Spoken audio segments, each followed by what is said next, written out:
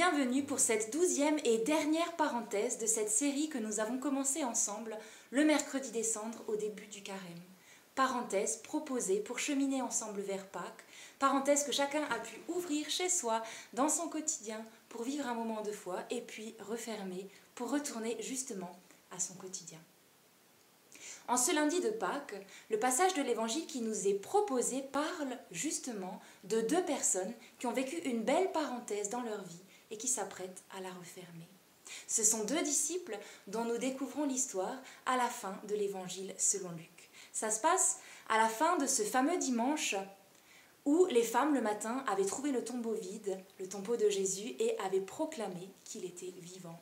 Mais nos deux disciples sont sceptiques. Ils rentrent chez eux dans le village d'Emmaüs. Ils quittent Jérusalem, là où Jésus, celui qu'ils avaient suivi, celui qui invitait à mettre l'amour au cœur de leur vie, celui qui disait qu'un autre monde est possible, que la paix, l'amour, le royaume de Dieu sont à construire ici et maintenant, celui-là est mort sur une croix. Fin de la parenthèse. C'était bien, mais c'est terminé. Alors ils rentrent chez eux, le cœur serré. Comme toutes ces fois où nous non plus, nous n'y croyons plus. Quand on ne croit plus en l'avenir, quand on ne croit plus en la guérison, quand on ne croit plus en la réconciliation, au bonheur, à l'amour, quand on ne croit plus en Dieu. Là, Jésus s'approche. Dans l'évangile, il s'approche de ses deux disciples et il marche avec eux, mais ils ne le reconnaissent pas. Comme si leurs yeux étaient empêchés de voir, comme si leur cœur était fermé. Jésus ne vient pas avec des gros sabots en disant « Mais c'est moi, je suis ressuscité, regardez !» Non, sa présence dans nos vies est toujours discrète. Il marche simplement avec nous sur le chemin qui est le nôtre. Ce soir-là, il n'était pas avec les autres disciples, ceux qui avaient déjà compris qu'il était ressuscité. Non, c'est là avec ceux qui n'ont plus d'espérance qu'il chemine. « De quoi parliez-vous » leur demande-t-il. L'un d'eux, Cléopas, répond « T'es bien le seul, à Jérusalem, qui ne sait pas ce qui s'est passé ces derniers jours. » Et Jésus fait semblant de ne pas savoir. Quoi donc? Et c'est comme s'il leur demandait « Qu'est-ce qui se passe dans votre cœur ?» Et voilà qu'il raconte ce qui encombre leur cœur, cette croix, cette humiliation, cette souffrance, cette mort de celui en qui ils avaient placé toute leur espérance. C'est pas possible, ils ont dû se tromper. Jésus ne peut pas être celui que le peuple attendait. Le Messie ne peut pas mourir comme ça. Comme votre cœur est lent à croire, répond Jésus.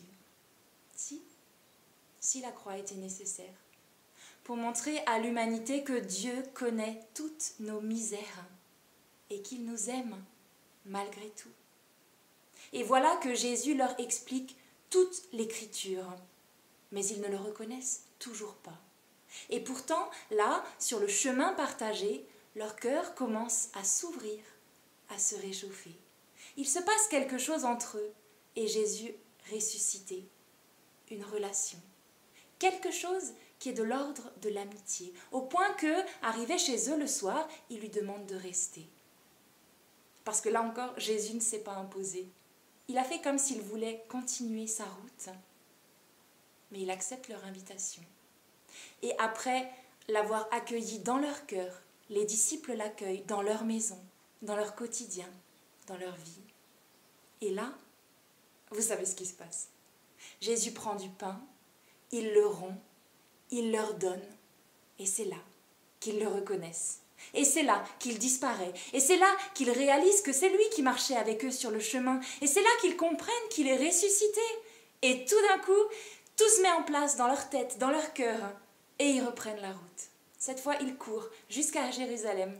Leur cœur est plein de joie, réchauffé par l'amitié de Jésus, rassasié par la force de ce repas partagé, régénéré par la foi en la résurrection de Jésus. Cette fois, ils courent jusqu'à Jérusalem, le cœur plein de joie. Ils retrouvent les autres disciples qui, eux aussi, ont compris que l'aventure avec Jésus n'a rien d'une parenthèse qu'on peut refermer, que le ressuscité me rejoint toujours sur les chemins de ma vie, même quand je suis fatiguée, même quand je suis découragée, que je ne sais plus où aller, que j'ai pas envie de continuer. Ils ont compris qu'avec lui, à mes côtés, avec son amitié, sa parole, son pain partagé, je trouve la force de me relever, de repartir et d'avancer. Pâques, ce n'est pas une parenthèse, c'est une ouverture. Et c'est pas un jour dans l'année, c'est tous les jours. Amen.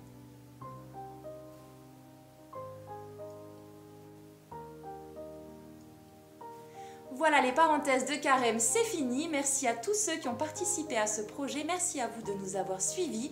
Si vous souhaitez vous abonner aux propositions spirituelles du site de l'UEPAL, vous trouverez un lien dans la description de cette vidéo. Vous pouvez aussi vous abonner à la chaîne YouTube de l'UEPAL. Et bien sûr, retrouvez-nous en vrai dans nos paroisses, là où bat le cœur de l'Église. Que le Seigneur ouvre nos cœurs à sa présence, à nos côtés, sur tous nos chemins, qu'il fasse de nous des témoins du ressuscité. Amen.